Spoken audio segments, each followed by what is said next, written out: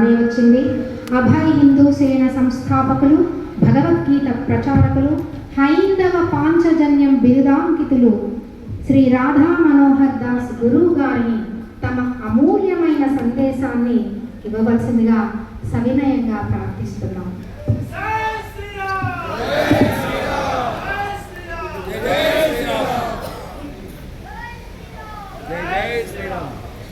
भारत माता के जय, भारत माता के जय, भारत माता के जय. కొంచెం ముందరకు వచ్చి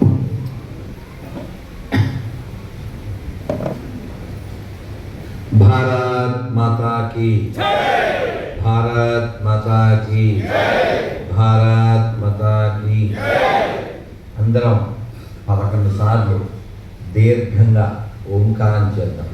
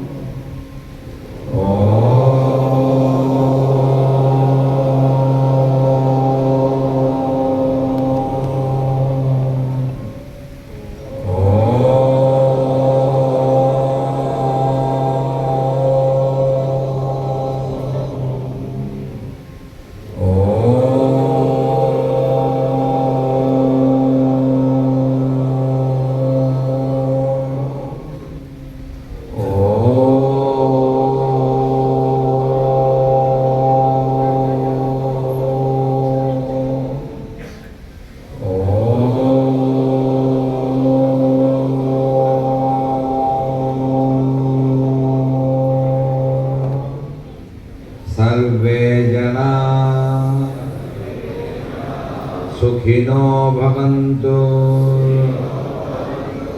लोका समस्ता सुखिनो भवन्तु मातृदेवो भव पितृदेवो भव आचार्यदेवो भव अतिथिदेवो भव असतो मा सद्गमय तमसो मा ज्योतिर्गमय मृत्योर्मा अमृतंगमय. ओम शांति शांति शांति.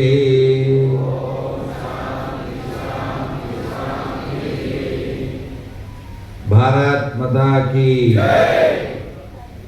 ప్రియ హిందూ బంధువులారా, ముందుగా మీ అందరికీ శ్రీ పరాభవనామ సంవత్సర తెలుగు ఉగాది నూతన సంవత్సర శుభాకాంక్షలతో ఈ కార్యక్రమాన్ని మొదలుపెడుతున్నాం.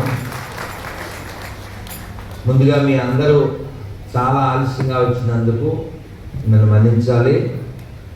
ప్రయాణం అర్ధరాత్రి రావడం, మరో కార్యక్రమానికి వెళ్ళడం అయినప్పటికీ ఈ ఆలస్యాన్ని దాని ప్రభావం ఇక్కడ కనబడలేదు అని మీ యొక్క విశాల హృదయాల ద్వారా ఇక్కడ కనబడుతుంది. మీకు సతదా సంస్థగా ధన్యవాదాలు. ఈ భూమి మీద పుట్టడం మన అదృష్టం. ఈ భూమి మీద అది ఈ భారతదేశంలో ఈ తెలుగు నేలలో ఎందరో వీరులు, యోగులు, జ్ఞానులు, మహాత్ములు పుట్టినటువంటి ఈ సీమలో పుట్టడం ఇంకా అదృష్టం.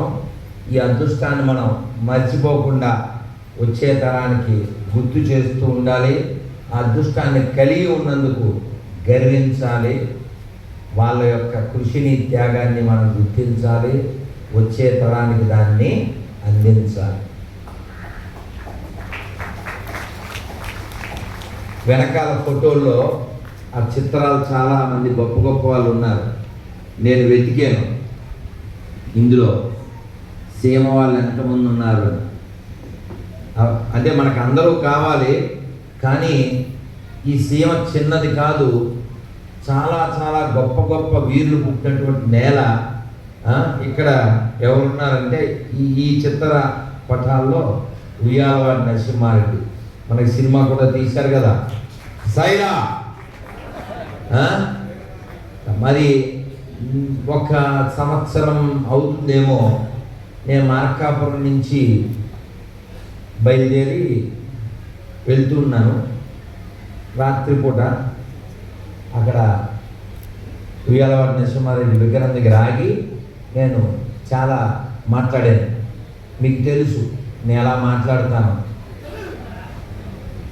పౌరుషం ఎలా ఉండాలి, ఎటువంటి వారి పౌరుషం వల్ల మనం ఇలా ఇంకా జీవించున్నాం అని చెబుతూ చాలా మాట్లాడాను. చాలామందికి అందింది. అయితే ఇప్పుడు మనం అందరం ఉత్సవం జరుపుకుంటున్నాం, ఉగాది. మనం ఉగాది అన్న యుగ ఆది అన్న ఒకటే. అంటే బ్రహ్మదేవుడు సృష్టి ప్రారంభించినటువంటి రోజు అని దీన్ని మనం చెప్పుకుంటాం. ఈ చైత్ర మాసంలో, మంచి వసంతకాలంలో, ఈ సంవత్సరం ప్రారంభం. చెట్లన్నీ పూత పూసి పచ్చగా మారి మంచి వాతావరణం, వేసవి కాలానికి ఆహ్వానం పలుకుతూ కోకిలలు చక్కగా కూస్తూ మంచి ఆహ్లాదకరమైనటువంటి వాతావరణంలో మనం ఈ జనాల మధ్యలో మనం ఉగాది జరుపుకుంటాం. అయితే వెనకాల రాశారు జనవరి దండగని. ఒక్క చిన్న మార్పు, ఒకటి పెట్టండి అక్కడ. జనవరి ఒకటి దండగా, ఉగాది ఉండగా, అదొక్కటే. జనవరి మొత్తం దండగ కాదు. ఎందుకంటే మరి జనవరిలో మనకి భోగి ఉంది, సంక్రాంతి ఉంది, కనుమ, మొక్కనుమ, మళ్ళీ ఏకాదశులు. పర్వాలేదు. తదుపరి మళ్ళీ వచ్చేసరికి మా దోషం రాకుండా ఉండడానికి చెప్తున్నా. ఈ విజ్ఞాన సేవా సమితి చాలా మంచి పని చేస్తుంది. అందులోనూ ఈ కార్యక్రమాన్ని బహిరంగంగా నిర్వహించి అందరికీ విజ్ఞానాన్ని పంచడం ఈ విజ్ఞాన సేవా సమితి చేసేటువంటి గొప్ప కార్యక్రమం. ఈ కార్యక్రమంలో మనం అందరం ఉండడం మన భాగస్వామ్యం, ఇది మన భాగ్యం. అయితే మరి ఈ తెలుగు ఉగాది మనతో పాటుగా ఇదే ఉగాదిని గుడిపాడ్వా అని చెప్పి మహారాష్ట్రలో జరుపుకుంటారు, కర్ణాటకలో మరో పేరుతో జరుపుకుంటారు. ఏదేమైనప్పటికీ కూడా మన నూతన సంవత్సరం, కొత్త సంవత్సరం మనకి కొత్త ఆశల్ని మోసుకొస్తూ ఉంటుంది. నాకు ఎలా ఉందండి ఇప్పుడు అని అడుగుతుంటారు. ఈ పేరుతో బాగుందా అని అడుగుతుంటారు. అసలు బాగుండడం అంటే ఏమి చెప్పండి? బాగుండడం అంటే మనకు ఒక ఆల్రెడీ ఇక్కడ ఒక అపార్ట్మెంట్ ఉండి మళ్ళీ హైదరాబాద్లో ఒక అపార్ట్మెంట్ ఉండడం, ఇక్కడ బ్యాంకుల ఆఖరిలో బంగారం ఉండి, ఇంకెక్కడో డబ్బులుండి, ఇంక అకౌంట్లో ఎక్కడో ఉండి, షేర్ మార్కెట్లో పెట్టి ఏదో ఇవన్నీ బాగుండడానికి కారణాలు అని అనుకుంటాం. కానీ నిజంగా అది ఒక అవసరం. అది మాత్రమే కాదు కదా, అది ఖచ్చితంగా కావాలి, అనుమానం వెళ్ళలేదు. ఖచ్చితంగా మనం అందరం కూడా 6 బలాలు కలిగి ఉండాలి. ఏమిటి 6 బలాలు? అందరూ ఒక్కసారి పిడికిలు బిగించి చెప్పండి. పిడికిలు బిగించండి. ఆ లైట్ ఎటువైపు తిప్పున్నానా కెమెరామెన్? వాళ్ళ పిడికిలు కనిపించలే. మరి ఏం చేద్దాం? భాషా గారు చెప్పినట్లు మనకి ఇంక చాలా పని ఉంది. అమ్మయ్య, వాళ్ళ మొక్కలు మేము చూడాలంటే ఆ వెలుగు అటువైపే పెట్టినాను. మాకేం కనపడకూడదంటే ఇటు పెట్టి, మాకేం కనపడదు, మొత్తం తెల్లగైపోయి. అందుకని అటే ఉంచి చెప్పండి నాన్న అందరూ. షా ఎవరినైనా జై శ్రీరామ్ మళ్ళీ చెప్తాం, రోజు చెప్తాను కదా నేను చెప్పేది చెప్పండి కాదు నాన్న. శారీరక మానసిక ఆర్థిక ఆధ్యాత్మిక సామాజిక రాజకీయ ఈ 6 బలములు సదా సర్వదా శతదా సహస్రదా పొందుటకై ఒక హిందువుగా నేను సర్వదా ప్రయత్నించదను. భారత్ మాతా కీ, భారత్ మాతా కీ, భారత్ మాతా కీ. హర హర హర హర. ఇప్పుడు చెప్పచ్చు ఇది చాలా సంతోషం, చాలా సంతోషం. మనం ఈ బలాలు ఖచ్చితంగా పొంది తీరాలి. ఏది లేకపోయినా మనం ఓడిపోతాం. మనం చాలా దెబ్బలు తిన్నాం గతంలో. నేను మీ అందరికీ విజ్ఞప్తి చేసేది ఏంటంటే, ఈ విజ్ఞాన సేవా సమితి ఈ కార్యక్రమంలో, ఈ ఉగాది ఉత్సవంలో మనం ఉత్సవం జరుపుకుంటున్నాం. ఇప్పుడు ఉత్సాహంగా, ఆనందంగా, సంతోషంగా ఇలాంటి ఉత్సవాలు ఇంకా ఇంకో 100 ఏళ్ళు, ఇంకో 1000 ఏళ్ళు, ఇంకో 10,000 సంవత్సరాలు జరగాలంటే ఇక్కడ ఎవరు ఉండాలి, ఏముండాలి? మీరు ఎవరన్నా కేకే మహమ్మద్ గారి పేరు విన్నారా? మన భాషా గారు లాంటి వారేవారు, ఆర్కియాలజిస్ట్ ఆయన, మీరు పోలీసు శాఖ. వారు చెప్పారు నా లైట్ భక్తుల మీద పెట్టండి, అందుకే వాళ్ళు మాకు కనపడతారు. ఆ లైట్ వాళ్ళ వైపే పెట్టండి. నువ్వేమో కెమెరా కోసం చూస్తున్నావు, మాకేమో అంతా కాంతియేనా, భ్రాంతి కదా, అంతా కాంతి. అమ్మయ్య, థ్యాంక్ యూ నాన్న. కెమెరా మనం చప్పట్లు కొడుతున్నాను. ఎందుకంటే ఏమీ కనపడదు మాకు, వాడికి ఏం కనపడదు తప్ప మాకేమీ కనపడదు. సంతోషం నాన్న. మనం కేకే మహమ్మద్ గారు ఏం చెప్పారంటే, భారత్లో ఈ హిందూ రాష్ట్రంలో హిందువులు ఎక్కువ మంది ఉన్నారు కాబట్టి సెక్యులరిజం అనేది ఉంది. ఒకవేళ ముస్లిమ్సే ఎక్కువ మంది ఉంటే సెక్యులరిజం ఉంటుందా? క్వశ్చన్ నాది కాదండి, కేకే మహమ్మద్ గారు.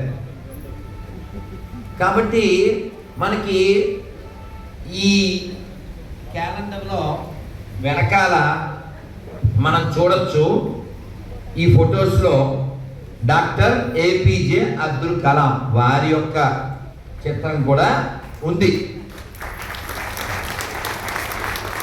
అంటే మనం ఏం చెప్తున్నాం సమాజానికంటే, మాకు అందరూ కావాలి, అనుమానం ఏం లేదు. అయితే వాళ్ళు ఎలాంటి వాళ్ళై ఉండాలి? ఈ దేశం నాది అనుకునే వాళ్ళై ఉండాలి, ఈ ధర్మం నాది అనుకునే వాళ్ళై ఉండాలి. ఇక్కడ పూర్వీకులు చాలా గొప్పవాళ్ళు, వాళ్ళకి నేను సంబంధించిన వాడిని అనేటువంటి గర్వము, ఆ వారసత్వము నాది అనుకునే వాళ్ళు కావాలి. కానీ ఇక్కడ తింటూ, ఇక్కడ ఉంటూ, ఇక్కడ కంటూ, ఎక్కడో చెయ్యి అంటూ ఉండేవాళ్ళు ఈ దేశానికి వద్దు, ఈ భూమి మీద కూడా వద్దు.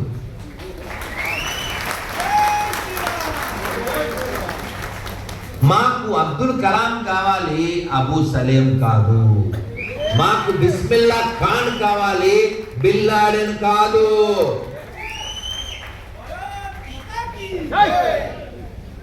మనం అందరినీ బాగుండాలని కోరుకుంటాం కాబట్టే మన ఋషులు, మన పెద్దలు మనకి చెప్పారు.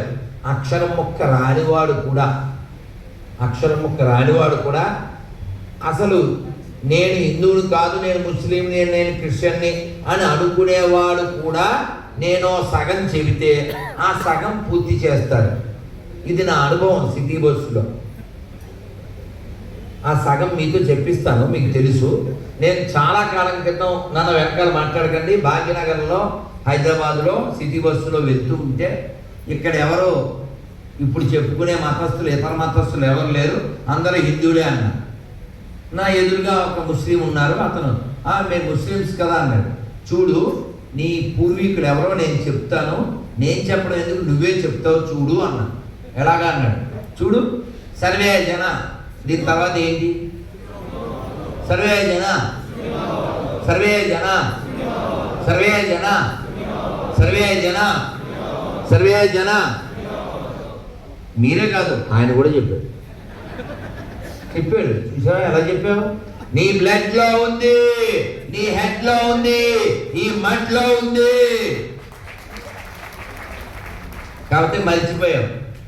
నీ మస్తకంలోకి ఏదో పుస్తకం ఎక్కి నేను అనుకునే 2 అక్షరాలు 3 అక్షరాలు గొప్ప అనుకుంటూ నిన్ను నువ్వు దిగజార్చుకుంటూ ప్రపంచాన్ని అతలాకుతలం చేస్తున్నావు. మర్చిపోవద్దు నాయనా, అందరూ బాగుండాలి. ఈ భూమి మీదకి మనం అతిథిగా వచ్చాం. అతిథిని ఆంగ్లంలో ఏమంటారు? నేను చెప్తాను. మనం గెస్ట్గా వచ్చాం. ఈ శరీరం డస్ట్లో కలిసే లోపల ది బెస్ట్ ఏదో ఒకటి చేయడం మస్ట్.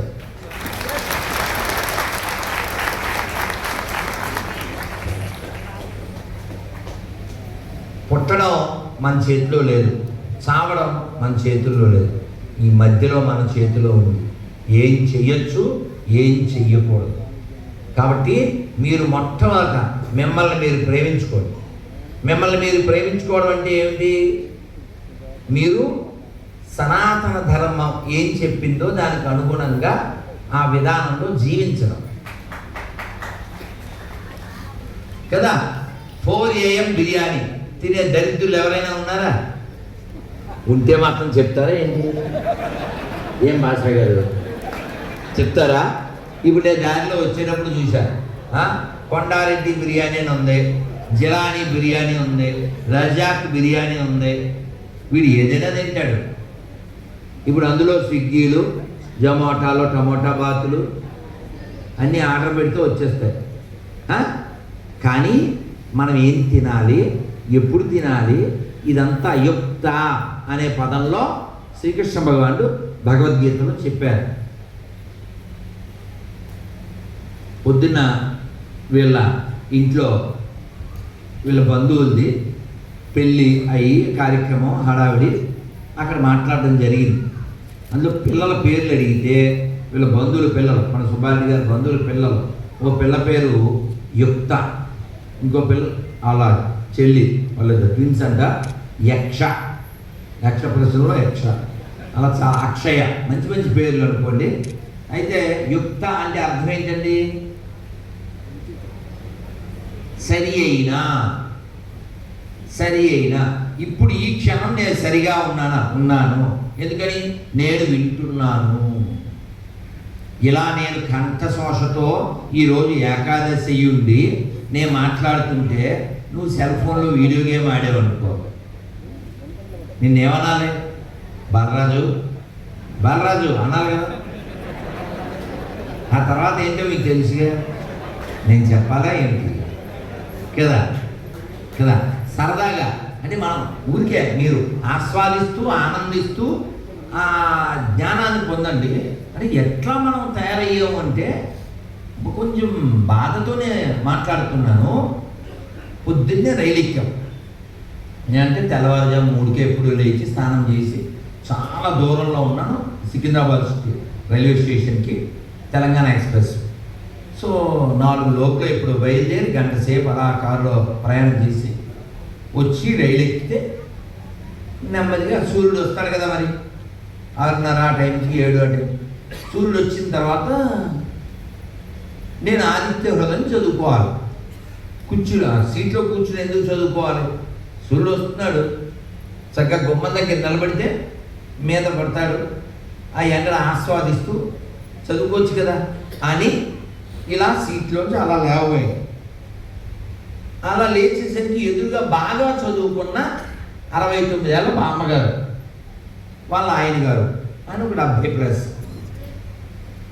ఆవిడ సెల్ ఫోను. ఏమనుకుంటామండి, పొద్దున్నే ఒక బాగా చదువుకున్న వృద్ధనారి ఏం చూడొచ్చు అనుకుంటాం. ఏదో భజగోవిందమో నర్తనశాలో లవకుశో అనుకుంటాం. కానీ ముసల్దే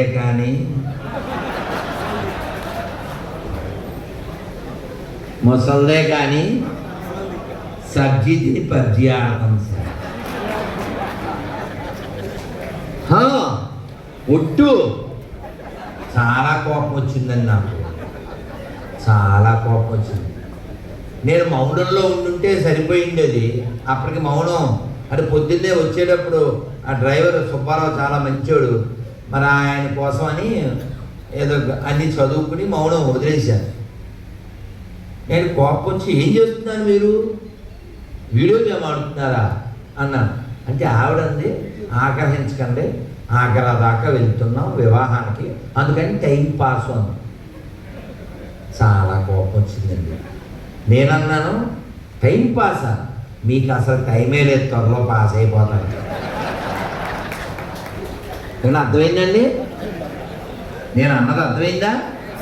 టైమే లేదు, త్వరలో పాస్ అయిపోతారన్నా అంటే అర్థం ఏంటండి? అవునా అని చెప్పి ఓ శ్లోకం చెప్పాను. మీరందరూ ఆ శ్లోకం నేర్చుకోండి, ఆ శ్లోకం పిల్లలకి చెప్పండి, ఎప్పుడూ గుర్తు చేసుకోండి. ఒక్కసారి నమస్కారం మొదలుపెట్టి చెప్పండి. కాలక్షేపో న కర్తవ్యం క్షీణమాయు దినే దినే యమస్య కరుణానాస్తి ధర్మస్య త్వరితగతి. అర్థం చెప్పేస్తాను. నన్ను ఒక ఏకాదశి పేపర్ కావాలి, మళ్ళీ మర్చిపోకూడదు, తెచ్చి ఇక్కడ పెట్టండి ఒకటి. తర్వాత దీని అర్థం ఏమిటంటే కాలాన్ని వ్యర్థం చేయకండి.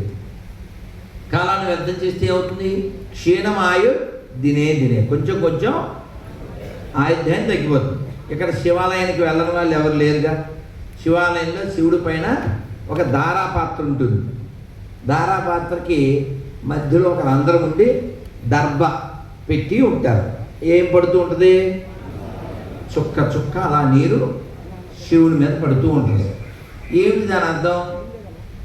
మన జీవితంలో క్షణాలు కూడా అలాగే శివార్పణం కావాలి, అది దాని అర్థం. అదైందా? కణం కణం క్షణ క్షణం భరతమాతకే సమర్పణం, అది మన భావం. ఇక్కడ అర్థం ఏంటంటే క్షీణమాయు దినే దినే, రోజు కొంచెం కొంచెం ఆయుధ్యం తగ్గిపోతుంది. ఆ మూడో వరుసలో చాలా అద్భుతంగా చెప్పారు. యమస్య కరుణానాస్తి, ఒకసారి చెప్పండి. యమస్య కరుణానాస్తి, ఎప్పుడుకి అస్సలు దయలేదు. అందుకని ఏం చేయాలి? కర్తవ్యం హరికీర్తనం. మనం ఏం చేయాలి? మన యొక్క కర్తవ్యం ఏదైతే ఉందో దాన్ని మనం నిర్వర్తించాలి. ఏమిటి కర్తవ్యం మనకి?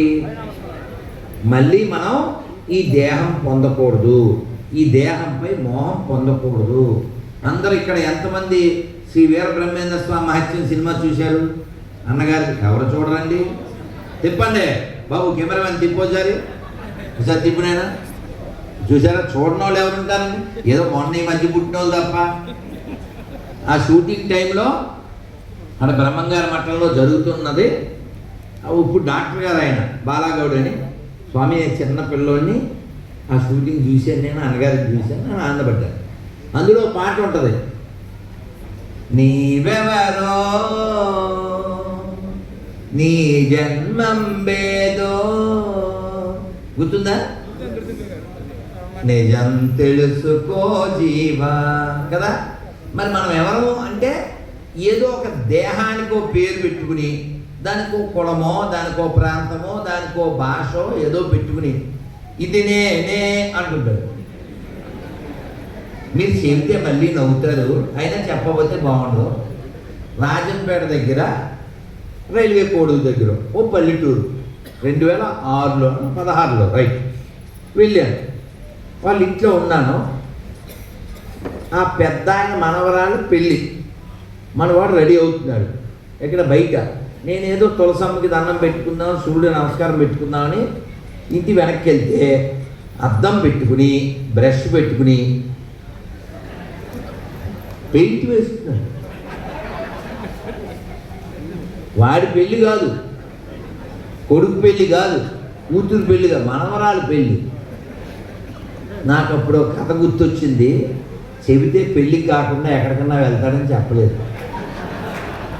మీకు చెప్తాను నేను, వాడికి చెప్పకూడదు, మీకు చెప్తాను. ఒకళ్ళ ఇంటికి యముడు వచ్చాడు. యముడు రాగానే వాడు అడిగాడు, ఏంటి మా ఇంటికి వచ్చారేంటి అన్నాడు. ఏం చేద్దాం, నీ టైం అయిపోయిందని వచ్చాను అన్నాడు. ఏంటండి 2026 అయింది, మీరు వచ్చేస్తారని చెప్పబెట్టుకున్నాను, అప్డేట్ ఏమి ఉండక్కర్లేదా, మీరు మాకు చెప్పక్కర్లేదా ముందుగాను, ఇదివరకు అట్లాగే ఉంటే అలాగా అన్నాడు. లేదా నేను అప్డేట్ అయ్యాను, డేటు అప్డేటు, నీకు మెసేజ్ కూడా పెట్టాను. 1 సెకండ్, ఎక్కడ సార్ అన్నాడు. ఎక్కడ పెట్టారు? వాట్సాప్లోనా, ఫేస్బుక్లోనా అన్నాడు. ఇన్స్టాలోనా? లేదురా, 3 మెసేజ్లు పెట్టాను, నీ తల్లో పెట్టాను అన్నాడు. వాడికి అర్థం కాలే. తల్లో ఏం పెట్టారు? మామూలుగా నీ జుట్టు ఏ రంగులో ఉండేది? నలుపు. తర్వాత అది ఏ రంగులోకి వెళ్ళింది? తెలుపు. నలుపు తెలుపులోకి వెళ్ళిందంటే నా పిలుపు వస్తుంది నీ జీవితంలో, ఓ మలుపు వస్తుంది అని కదా. రెడీగా ఉండాలి కదా, నువ్వు సిద్ధంగా ఉండాలా? లేవు. ఎప్పుడైనా నలుపు తెలుపు అయిందంటే తెల్లబడ్డ వేసేస్తారు, తొందరగా రెడీగా ఉండడం. కానీ మనకి ఆ నలుపు తెలుపు అవ్వగానే గాడ్కి దగ్గర అవుదాం అనుకోడు ఈ గాడిద కొడుకు. గాడ్ రేస్ కంపెనీకి దగ్గర అవుతుంది. మరి ఇందాక బ్రష్ దేనికి వాడాడు? ముసలోడే కానీ బ్రష్ వాడాడా లేదా? వాడికి ఏమైనా క్రష్, వాడికి ఏమైనా వెనకాల క్రష్ ఉందా? వాడికి బ్రష్ ఎందుకండి? ఫ్రెష్గా ఉంది సరిపోద్ది కదా. సో నువ్వు గాడ్రేజ్కి దగ్గర అయ్యావు, గాడికి దగ్గర అవ్వలేదురా గాడి కొడక, అది ఫస్ట్ వార్నింగు అన్నాడు. మరి రెండో వార్నింగు, రెండో హెచ్చరిక, పళ్ళు రాలిపోతాయి. రాలుతున్నాయిగా, అవునా? పళ్ళు రాలిపోతున్నాయి. ఇవాళ మన కార్యక్రమంలో ఉండాలి ఆదోని ఎమ్మెల్యే గారు. మరి ఆయనే ఒక 27 ఏళ్ల క్రితం రేపు ఉదయం మాకు చెన్నైలో మా గురువుగారు దీక్ష ఇస్తారనగా పన్ను ఇబ్బంది వస్తే ఆయన దగ్గరికి వెళ్ళాం అని ఏదో మాట్లాడుతూ అది రిపేర్ చేశారు. తర్వాత చాలాసార్లు కనబడ్డారు. ఇప్పుడు ఉంటే చెప్దాం అనుకున్నాను, సరే మరి రాలేదు కానీ కుదరక పాపం. అయితే పాతసారి గారితో నేనేమంటే, ఇప్పుడు ఈ పళ్ళు ప్రాబ్లం వస్తే వీడు ఏం చేస్తాడు? మనవాడు వెంటూ పారదా డెంటల్, ఇలాగే అంటాను. ఆయన ఉంటే సంతోషపడతాను, వస్తా అనుకున్నా. సో ఈ పళ్ళు రాలినప్పుడల్లా అక్కడ వెళ్ళి మనం సెట్ చేసుకుని ఇగో ఇక్కడికి వచ్చి ఈ అంటున్నాం, అవునా? మొదట జుట్టు రాలింది, తర్వాత పళ్ళు రాలింది. నువ్వు ఇంక 2 వార్నింగ్లు వచ్చినా సరే ఇది బర్నింగ్ అవుతుంది, జీవితం టర్నింగ్ అవుతుంది, నీకు మార్నింగ్ ఉంటుందో ఉండదో అనే విషయం కూడా చూసుకోకుండా హలో హాయ్ అంటూ హాయ్ బ్రో అనుకుంటూ, ఇప్పుడు 52 ఏళ్ళండి ఆవిడకి. వాళ్ళ అమ్మాయికి 5-6 ఏళ్ళ పిల్లలు ఉన్నారు. ఇవి నేమని పిలవాలి? ఆంటీ అంటవా? ఆంటీ అంటే యాంటీనా పుచ్చుకుని యాంటీ అయిపోతుంది మనకి, అవునా? అనకూడదు. ఆంటీ అంటే యాంటీ అయిపోతుంది, అమ్మమ్మే అయినా సరే అనకూడదు. ఎందుకని? ఆవిడికి కానీ అతనికి కానీ భావం ఏంటి లోపల? ఇది ఇది ఇది అనుకుంటూ ఉంటారు. అందుకోసం ఏం చేస్తారు? ఈ చర్మం లూజ్ అవగానే ఈ లూజ్ ఫెలో గాడు ఎక్కడికో వెళ్ళి దీన్ని టైట్ చేయించుకుని ఇక్కడికి వచ్చి పాట పాడతాడు కర్నూలులో. ఏం పాట? ఇది నేనే, ఇది నేనే, ఇది గానే, ఇది గానే. నువ్వు ఎన్ని రంగులు వేసినా ఎన్ని హంగులు చేసినా చివరికి దీన్ని బొంగుల మీద పడుకోబెట్టి తీసుకుపోతాడు, అవునా? అందుకనే కాలక్షేపోన కర్తవ్యం క్షీణమాయు దినే దినే యమస్య కరుణా నాస్తి ధర్మస్య త్వరితగతి. కాబట్టి మనం ధర్మాన్ని మనం ఏది చెయ్యాలో అది వెంటనే చెయ్యాలి. ఎందుకు చెయ్యాలి? ఏమో రేపు ఎవరికి తెలుసు? రేపు మన చేతుల్లో ఉందా? రాజు ఎవరో బంటి ఎవరో. కాబట్టి రేపు ఉంటుందనేది హోపు, రేపు ఉంటుందనేది కేవలం ఒక విశ్వాసం. మనం లేస్తే ఉంటుంది అది, లేకపోతే మనమే ఎక్కడో ఉంటాం. అవునే కదా. కోపం వస్తే ఏమంటారు? ఏముంది, ఇవాళ చేస్తే రేపు రెండో రోజు అంటారా? కాబట్టి మన చేతుల్లో ఏమీ లేదు. కాబట్టి మనం సర్వేశ్వరుడి చేతిలో మన జీవితాన్ని పెట్టి ధర్మం కోసం మనం జీవిద్దాం, చర్మం కోసం కాదు. చర్మం లోపల ఈ శరీరం కప్పబడి ఉంది, ఎముకలతో, ఈ నరాలతో, లోపల అవయవాలతో, ఇదంతా ఒక ప్యాక్ చేయబడి ఉంది. కానీ వాక్ వస్తుంది, కళ్ళు చూస్తున్నాయి, చేతులు కదులుతున్నాయి, కాళ్ళు నడుస్తున్నాయి, చెవులు వినపడుతున్నాయి. ఇవన్నీ జరగడానికి కారణం లోపల ఆర్గాన్స్ ఉండడం మాత్రమే కాదు, దాన్ని ఆర్గనైజ్ చేసేవాడు ఉండడం. అదవుతుందా? ఆర్గాన్స్ ఉంటే సరిపోతుందా? దాన్ని ఆర్గనైజ్ చేయాలి. ఆ ఉన్నవాడెవడు, అతన్ని మనం కనిపెట్టాలి. ఆ లోపల ఉన్నవాడినే మనం పరమాత్మ అంటాం. ఆత్మరూపంలో మనని జీవాత్మ అంటారు. కాబట్టి మనం అందరం కూడా జీవులం. మనందరినీ పోషించేటువంటి వాడు పరమాత్మ. ఈ జీవాత్మ పరమాత్మ ఒక్కసారి ఈ శరీరం వదిలిన తర్వాత వెంటనే కలవాలి. అలా కలిస్తే మళ్ళీ కొత్త శరీరాలు, చెత్త శరీరాలు రావు. మానవుడు మాత్రమే పరమాత్మను పొందడానికి అర్హుడు. దానికి ప్రయత్నం చేయడానికి కావాల్సిన అన్ని సంభారాలు, సరంజామ మనకి ఈ భూమి మీద, ఈ భారత భూమి మీద పరిపూర్ణంగా ఇవ్వబడింది. అది మనం గుర్తించాలి. అందుకే ఈ భూమిని మోక్ష భూమి అన్నారు, ఇది ఋషి భూమి అన్నారు, ఇది పుణ్యభూమి అన్నారు, ఇది వేద భూమి అన్నారు. కాబట్టి మళ్ళీ మళ్ళీ మనం పుట్టకుండా భగవంతుణ్ణి పొందడానికి అన్ని సదుపాయాలు చేయబడ్డాయి. ఒక అన్నమయ్య కీర్తనల్లో మనం వాటిని గ్రహించవచ్చు. అలాగే ఒక భద్రాచల రామదాస్ కీర్తనలో వాటిని మనం చూడవచ్చు, వినవచ్చు.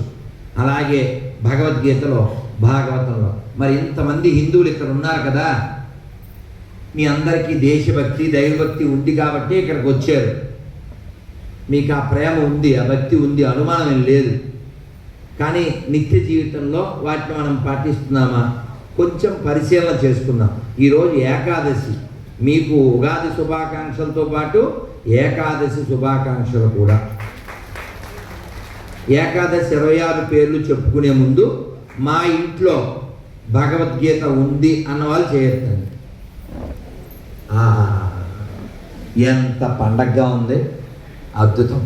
జై జై గీత, జై జై గీత. చాలా సంతోషం. చేతులు దించేయండి. రెండో ప్రశ్న అడుగుతాను. మళ్ళీ వెళ్ళి నువ్వు తిప్పు. నాకు భగవద్గీతలో 3 అధ్యాయాల పేర్లు చెప్పగలనన్న వాళ్ళు చేయదు. 18 అధ్యాయాల పేర్లు కాదు, 3 అధ్యాయాల పేరు. అమ్మయ్య, నా మూడా అవ్వకుండా కొన్ని చేతులు లేచినందుకు ధన్యవాదాలు. చేతులు లేపలేని వాళ్ళు ఆ చేతులు లేపిన వాళ్ళకి చెప్పలు కొట్టారు. చాలా సంతోషం. భగవద్గీతలో నాకు ఒక్క శ్లోకం వచ్చు అన్నోళ్ళు చేయదు. ఏ ఇజ్జత్ కా సవాల్, కర్నూల్ కాపాడుకుంది. అమ్మయ్య, చాలా చాలా సంతోషం. ఎంతమందికి ఒక్క శ్లోకమైనా వచ్చు. నిన్న తిరుమల తిరుపతి దేవస్థానం బోర్డు సభ్యులైనటువంటి భానుప్రకాష్ రెడ్డి గారిని కలిసి భగవద్గీత మీద ఏదో అక్కడ ప్రింట్ అయిన పుస్తకాలు ఆ వివాదం విషయంలో మాట్లాడితే వారికి ఒక సలహా ఇచ్చాను. అది ఇక్కడ ఉంటే మీకు ఉందేమో చూస్తాను, అది వీళ్ళు ఆ బ్యాగుల్లో ఉందేమో. కిషోర్, అందులో భౌతిక స్టిక్కర్ ఉందా మీ దగ్గర? ఆ బ్యాగ్స్లో ఉంటే నేను వారికి ఇచ్చాను. ఆ స్టిక్కర్ మీద భగవద్గీత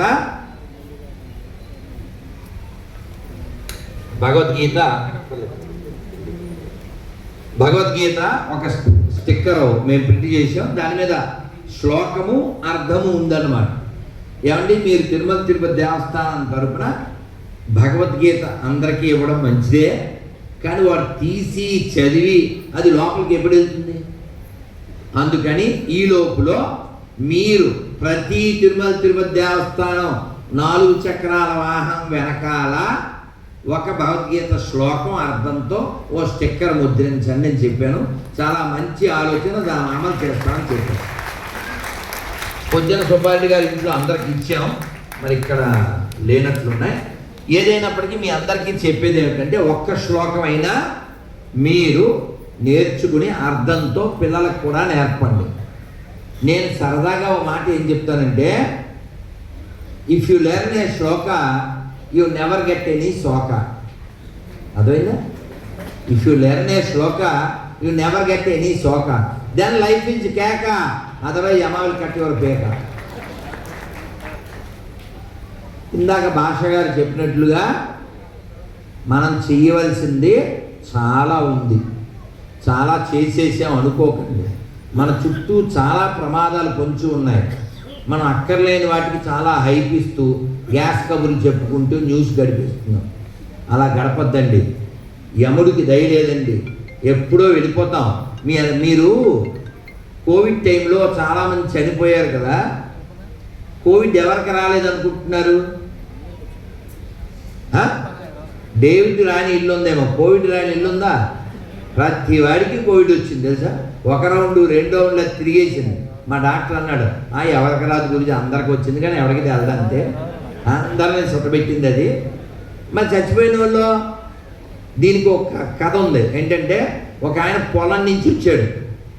పొలం నుంచి వచ్చి సాయంత్రం అట్లా చీకటి పడడానికి అని నొరకలకి చచ్చిపోయాడు. కొడుక్కి డౌట్ వచ్చింది. వాడు పొలానికి వెళ్ళాడు, ఏదో టార్చ్ లైట్ ఏదో వేసుకుని వెతికాడు. వాడికి వాళ్ళ నాయన నడుము కట్టినటువంటి వెండి మొలతాడు దొరికింది. వెండికి ఓ లక్షణం ఉంది, అది మన శరీరంలో వేడి చాలా బాగా లాక్కుని చల్లగా అయిపోతుంది. ఒంటి మీద వెండి చల్లగా అయిపోతుంది, ఐసు ముద్దలాగా. అది నడుముకి ఆయన ఏదో హుక్కుతో నడుముకి వెండి మొలతాడు చేయించుకున్నాడు, అది కింద పడింది. ఈయన చెప్పులు లేని కాలు దాని మీద వేసాడు. ఏమనుకున్నాడు? మరి పాము చల్లగా ఉంటుంది, వెనక్కి తిప్పితే తెల్లగా ఉంటుంది. నిజం. ఇప్పుడు ఎవరు చంపారు అతన్ని? పాము చంపిందా? పాము చంపిందా? సేమ్. కోవిడ్ కూడా ఎవరిని చంపలేదు, భయమే చంపింది. అది గుర్తు చేసుకోవడం చెప్తున్నాను. మనందరికీ చాలా భయాలు ఉన్నాయి. వాడు ఏమన్నా అనుకుంటాడేమో, వీడు ఏమన్నా అనుకుంటాడేమో. ఎందుకంటే వాళ్ళకి లేని మొహమాటం మనకి, ఇతరులకు లేని మొహమాటం మనకెందుకండి? క్లియర్గా ఉండండి, ఫియర్గా ఉండడం ఎందుకండి? అడగండి. నేను ఎప్పుడూ మాట చెప్తుంటాను, హిందీలో దేకండి, లేకపోతే తెలుగులో దేకాల్సి వస్తుంది. ఏమన్నా అర్థమైందా? హిందీలో దేకడం అంటే ఏంటండి? చూడ్డం. ఇంక తెలుగులో చెప్పక్కర్లేదు కదా. మనం శ్రీశైలం వెళ్ళే దారిలో ఈ హోటళ్ళు అవి వస్తుంటాయి. దోరణాల దగ్గర అక్కడ దారిలో సున్నిపెంటలో మనం ఏదో తినేసి హోటల్ దగ్గర బిల్లు చెల్లించేటప్పుడు దానిపైన అన్నపూర్ణ భోజనాలయం అని ఉంటుంది. మనం బిల్లు చెల్లించేటప్పుడు అన్నపూర్ణ ఉండదు, అన్ని పూర్ణాలే. ఎవరుంటారు అప్పుడు? అన్నపూర్ణ రాదు. స్కాన్లో ఫోన్పే చేస్తే అబ్దుల్లా వస్తాడు. ఎందుకని? పైన బోర్డు వేరు. నేనేం చెప్తున్నా అంటే, మీరు ఏదో తిని కోవా అన్న విషయం చూసాం కదా, ఏదంటే అది కలిపేస్తున్నారు. కాబట్టి తినే ముందు కొనే ముందు ఖచ్చితంగా మీరు చూసి కొనండి, చూసి తినండి. ఏది పడితే అది తినద్దు. అర్థమైందా? ఏది పడితే అది కొనద్దు. మనకు అందరూ భాషాగారిలాగా ఉంటే అసలు ఈ భేదాలు గొడవలు ఉండవు. కానీ ఇలా లేదు. అందరూ కేకే మహమ్మద్ గారిలాగా, అబ్దుల్ కలాం లాగా ఉంటే ఇలా ఉండదు. అసలు ఢిల్లీలో తరుణ్కి జరిగినట్టు జరగదు, బంగ్లాదేశ్లో రితుదాస్ జరిగినట్టు జరగదు. కాబట్టి ఇది నా దేశం అని భావించే వాళ్ళే మన బంధువులు, వాళ్ళే నిజమైన హిందువులు. అంతేగాని ఇక్కడ తిని ఇక్కడ కానీ ఎక్కడో చేయి కొట్టేవాడు కాదు వాడు. అమ్మయ్య సాధించారా? ధన్యవాదాలు. ఇదిగోండి భగవద్గీత స్టిక్కరు. ఇంకా ఉంటే వేదిక మీద ఉన్న వాళ్ళకి ఇవ్వండి. మరి వాళ్ళ దాంట్లో ఉన్నాయో లేవు చూసుకోండి. ఇదిగో అది భగవద్గీత గురించి, ఇదే భగవద్గీత శ్లోకం.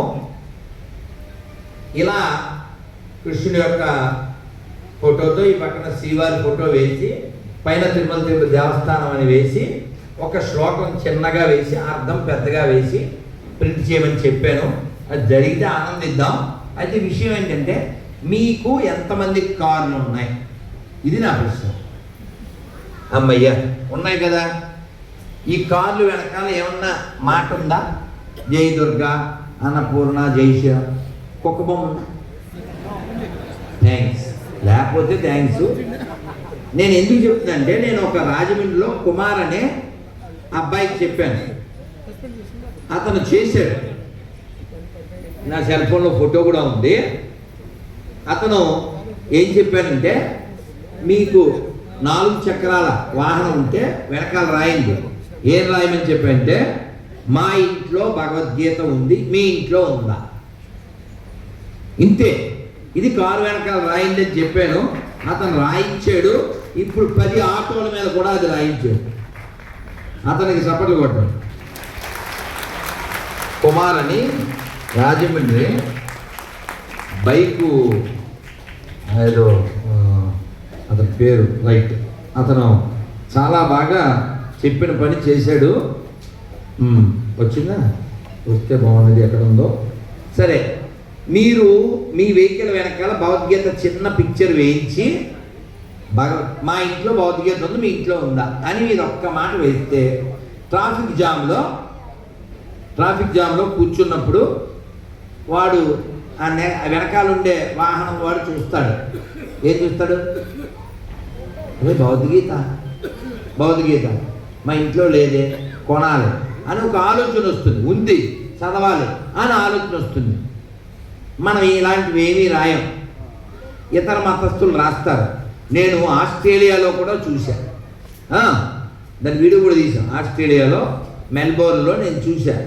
కారు వెనకాల అతను బైబిల్ ఏదో వాక్యం రాసుకున్నాడు. మనం కూడా ఇక్కడ చూస్తుంటాం. అతను ఎవరో మా కాపరి ఏదేదో రాస్తుంటారు. వాళ్ళకి ఏది తెలుసో అది రాసుకున్నారు. మనకి ఎన్ని తెలిస్తే మాత్రం ఏంటి ఉపకారం? మనకి ఏమున్నాయి? భగవద్గీత ఉంది, భాగవతం 18,000 శ్లోకాలు, రామాయణం 24,000 శ్లోకాలు, మహాభారతం 1,700 శ్లోకాలు, పురాణాలు 5,00,000 శ్లోకాలు, వేదం ఉపనిషత్తులు 108. ఎన్నుంటే ఉపకారం ఏంటి? మనం ఏది తెలుసుకోం కదా. అందుకని మీరందరూ భగవద్గీతని రోజు ఒక్క శ్లోకమైనా చదివిన తర్వాతే నోరిప్పండి. ఒక్క శ్లోకం నేను ఇప్పుడు చెప్పేస్తాను. నమస్కారం మొదలుపెట్టండి.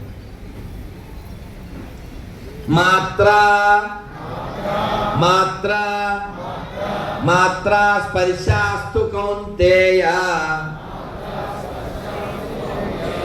శీతోష్ణ సుఖ దుఃఖద ఆగమాపాయునో నిత్య స్థాం స్థితిక్షస్వ భారత. ఇది 2వ అధ్యాయంలో 14వ శ్లోకం. ఇది నాకు చాలా ఇష్టం. ఇదే ఎందుకు చెప్తాను అంటే, జీవితం ఎప్పుడూ ఒకలా ఉండదు. ఈసీజీ ఇలా ఉంటే మన్నే తెలుసు కదా, ఆఖరి వెహికల్ మీద పడుకోబెడతారు. అందుకని ఎప్పుడు ఈసీజీ ఇలాగే ఉంటుంది. అవునా? ఉండాలా? అలాగే జీవితంలో ఒకరోజు సుఖం వస్తుంది, ఓ రోజు దుఃఖం వస్తుంది, ఓ రోజు అవమానం, ఓ రోజు సన్మానం. వీటిని తట్టుకుని నిలబడు అంటాడు కృష్ణుడు. లెర్న్ టు టాలరేట్ అంటాడు. వేసవికాలం వస్తుంది, దానికి తగ్గ ఏర్పాట్లు చేసుకుంటాం. శీతాకాలం వస్తే దానికి తగ్గ ఏర్పాట్లు చేసుకుంటాం. అవునా? ఎడుతావా? ఏడం. అలాగే జీవితంలో ఏదో ఒక ఇబ్బందో, అవమానమో, మరొకటి వస్తుంది. నిలబడాలి. ఏంటంటే సూసైడ్లు పిల్లలు ఎందుకు చేసుకోవాలి? వాళ్ళకి చెప్పండి, చదువు కావాలి. చదువు జీవితంలో ఒక భాగం.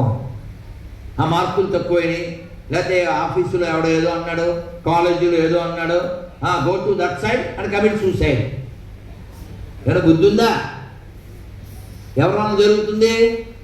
అమ్మా నాన్న వల్లనే. అమ్మా నాన్న పిల్లలతో కూర్చుంటున్నారా? మాట్లాడుతున్నారా? వాళ్ళ హృదయాలు ఏమిటో తెలుసుకుంటున్నారా? మా అమ్మాయి ఫోన్ చేస్తారు మాలాంటి వాళ్ళు. మా అమ్మాయి బీటెక్ చదువుతుందండి, దాన్ని ట్రాప్ చేశారండి, తర్వాత ఇంకోటి ఏదో చేశారండి, ఎత్తుకుపోయారండి, లవ్ జిహాద్ అండి. ఎందుకు జరిగింది? అది చూడండి, ఆయన ఎవరో చెప్తున్నాడు, కార్తీక దీపం. ఆయన సరదాగా అన్నా నిజంగా అన్నా మనం సీరియస్గా లేవు, సీరియల్స్లో ఉన్నాం. సీరియస్గా ఉంటే జరగవు. నేను మా అమ్మ ఉన్నప్పుడు 2016లో వెళ్ళిపోయింది మా అమ్మ. 2015లో మేము పండ్రీపూర్ వెళ్తుంటే చిన్న పిల్లవాడికి ఒకటి 8 ఏళ్ళు ఉండొచ్చు, వాళ్ళ నాన్న ముస్లిం, ఎలా వజూ చేయాలి, ఎలా నమాజ్ చేయాలి నేర్పిస్తున్నాడు రైల్లో. మనం ఎప్పుడైనా పిల్లలకి దీపం పెట్టడం నేర్పించామా? పిల్లలకి అక్షతలు ఎలా కలపాలి నేర్పించామా? అసలు కిచెన్లో ఆడపిల్లలకి ఏమన్నా నేర్పిస్తున్నారా? మా అమ్మాయికి మజ్జిగ వండడం వచ్చండి మజ్జిగ వండ. ఏరా తల్లి, మజ్జిగ వండుతావా? మజ్జిగ వండుతావా? మజ్జిగ వండుతారా అండి? అన్న అంటే అన్నం అంటారా? అందుకని పిల్లలకి నేర్పించండి. గరికపాటి వాళ్ళేమో కామెంట్లు చేస్తారు, ఆయనకి కోపం వస్తుంది. మా అమ్మాయి అండి అసలు మీరు ఇంట్లో అడుగు పెట్టేసరికి ఆర్డర్ చేసేద్దండి, వంట చేసేది లేదు. వంటకాలం వెళ్ళిపోయింది, చక్కగా 5-6 రోజుల క్రితం వండింది. వేడిగా మీపై దాడిగా, తర్వాత వాడు కొంపలో లేడుగా, ఫోటోకి దండేశారుగా. కిచెన్లో పిల్లల్ని తీసుకెళ్ళి మా అమ్మ అయితే మొక్కమాటం లేకుండా మాకు అన్ని పనులు చెప్పిందండి. మగపిల్లలం అందరం వంట పని, ఇంటి పని, పెంట పని అన్నీ తుడవడం, కడగడం, ముగ్గులు వేయడం, బట్టలు ఆరేయడం, అమ్మతో ఒడియాలు అన్నీ ఏది ఏమంటారండి మన మామిడికాయల సీజన్లో ఊరగాయలు అన్నీ A to Z. అది చెయ్యను, అది రాదు, నేను జనం చెప్పకు, అసలు అలాంటి లేవు. మా అదృష్టం చెల్లలేదుగా. 7 పెంకులాట ఎంతమంది ఆడేది చేయొద్దండి? మా బ్యాచ్. నేలబండ ఎంతమంది ఆడేది చేయొద్దండి? మా బ్యాచ్ ఇంకా ఉంది కదా. మేము చిన్నప్పుడు అంటే ఒక్కో ప్రాంతంలో ఒక్కోలా అంటారు కదా, హైస్పీ సబ్జా అదే ఇండోర్ అవుట్డోరా దాని ఏమంటారు, ఒక్కో చోట ఒకటి అంటారు కదా. అది అలాగే మాకు చిలకక్కన ఒక అక్క ఉండేది, కళ్ళు నెప్పులు పుట్టించేది, గట్టిగా నొక్కేసేది. కళ్ళు తెప్పితే అంతా మాకు అలా నక్షత్రాలు కనబడేది. దేనికి అనుకుంటున్నారు? వీరి గుమ్మడి పండు వీరి పేరు గట్టిగా నొక్కేసి కళ్ళు చుక్కలు కనబడ్డారు. ఇలా ఆడుకునే కాలం ఉందా ఇప్పుడు? ఇప్పుడు ప్రతి సిటీలో ఇంకో సిటీ ఉంది. ఏంటో సిటీ? అదిగో ఒబేసిటీ. ప్రతి సిటీలో ఉండేది. ఎరా లావు తగ్గడానికి నిన్ను గేమ్స్ ఆడమన్నా ఆడుతున్నావా? ఆడుతున్నానండి అన్నాడు. మరి ఏం తగ్గినట్లేవు? రోజు ఆడుతున్నానండి. ఏ గ్రౌండ్లో కాదండి, సెల్ ఫోన్లో. ఇంక తగ్గుతాడా? తగ్గేదేలే. ఎందుకు తగ్గుతాడు? అడా ఎవరో పిల్ల డాక్టర్ దగ్గరికి వెళ్ళి వెయిట్ తగ్గాలంటే, అమ్మ పొద్దున్న ఒక అరటిపండు, ఒక చపాతీ తీసుకో, మధ్యాహ్నం ఒక గ్లాస్ పాలు, ఒక 2 పుల్కాలు తీసుకో, రాత్రి 2 పళ్ళు, గ్లాస్ పాలు తీసుకో అని చెప్పాడు. ఆ పిల్ల అమాయకంగా, ఏమండి ఇవన్నీ భోజనానికి ముందా తర్వాత? ఎక్కేదే ఇటు అవి ఇవి కూడానా? సో కాబట్టి మనం తెలుసుకోవాల్సింది ఏంటంటే, మన పెద్దలు మనకి చాలా ఇచ్చి వెళ్ళారు, చాలా చేసి వెళ్ళారు, వాటిని మర్చిపోకూడదు. అందులో ఈ తెలుగు నేల మీద పుట్టినందుకు చాలా గర్వించాలి.